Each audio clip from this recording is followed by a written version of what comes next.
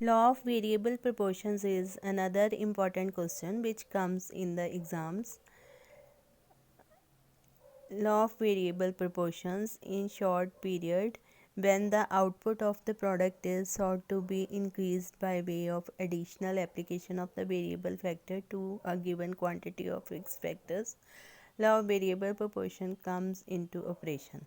The law of variable proportions is the law which predicts the consequences of varying the proportions in which the fixed and variable factors of production are used.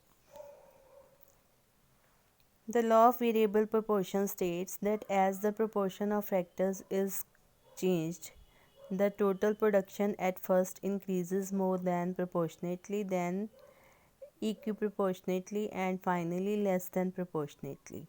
The classical economists called it the law of diminishing returns.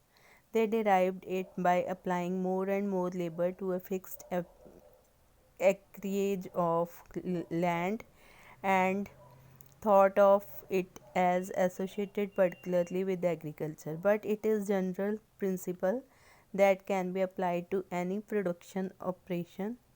It is not usually called the law of variable proportions. It can also be called the law of diminishing marginal product or diminishing marginal returns or simply as diminishing returns. In this connection, the following argument of Professor H.R. Varian is worth noting.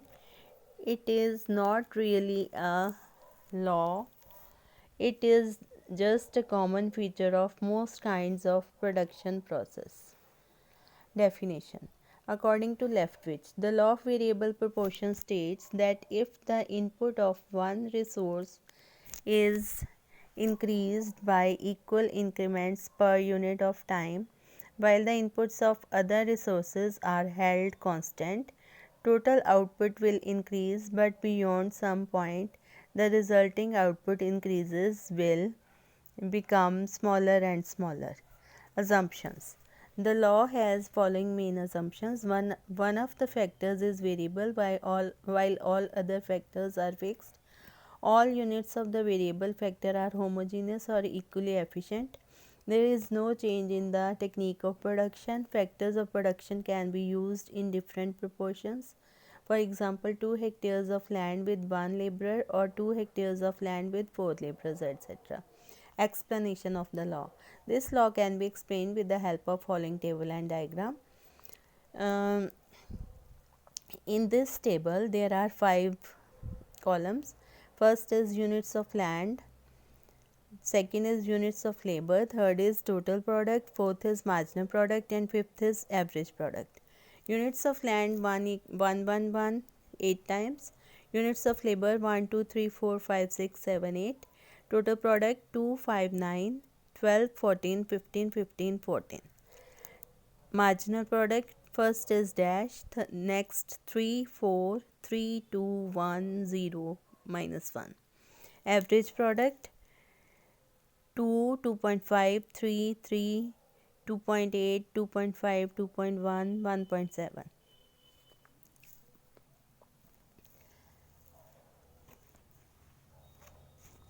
And the table shows that if increasing units of labor are added to a fixed quantity of land, the total product first rises at an increasing rate up to 3 units of labor. Afterwards, it rises at decreasing rate. In figure, quantity of product is shown on y axis and number of laborers on x axis. TP is total product curve. Up to point E, total product increases at increasing rate. Between points E and G, it is increasing at the decreasing rate, pointing to the fact that marginal product has started falling. At point G, that is where 7 units of laborers are employed, total product is maximum when marginal product is 0. Thereafter, it begins to diminish, corresponding to negative marginal product. Marginal product is marginal product curve. Up to point A, marginal product increases. At point A, that is when 3 units of laborers are employed, it is maximum. Thereafter, marginal product begins to decline. Before point B, marginal product is more than average product. At point B, marginal product and average product are equal. After point B, marginal product diminishes. Marginal product is 0 at point C and thereafter it turns negative.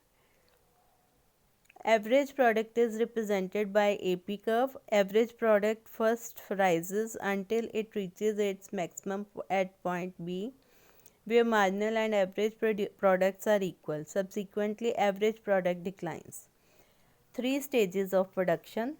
From the above table and diagram, drawn on the assumption that production obeys the law of variable proportions, one can easily discern 3 stages of production.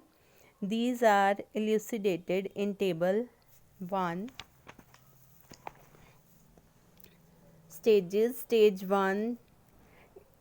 In stage 1, total product increases at an increasing rate up to point E. Marginal product initially increases and reaches the maximum point at A.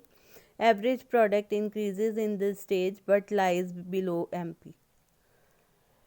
Second stage, increasing total product increasing at diminishing rate and reaches the maximum point at G. Marginal product after A begins to diminish and becomes 0 at C. Average product increases and reaches its maximum at point B. At point B, average and marginal product are equal. After reaching its maximum, point begins to diminish but lies above MP. Stage 3, beyond N, total product starts declining, marginal product becomes negative and average product continues to diminish but always remains greater than 0. Stage of rational decision. In order to achieve maximum profits, the rational decision of the purely competitive firm will be to operate in stage 2. The reason for this is, in stage 1, the average returns to the variable input are increasing but the fixed factor is being used uneconomically. Hence, as the output increases, the total profit also increases. Thus, the firm will have an incentive to expand all through stage 1.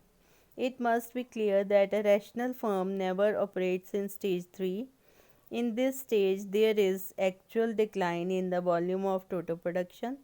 In the words of Ferguson, even if units of the variable input were free, a rational producer would not employ them beyond the point of 0 marginal product because their use entails a reduction in total output. In short, a rational, perfectly competitive firm always produces in stage 2 where diminishing returns sets in. Thus, the perfectly competitive firm will operate neither in stage 1 nor in stage 3. It will operate in stage 2. The actual volume of production in stage 2 will depend on the prices of inputs and outputs.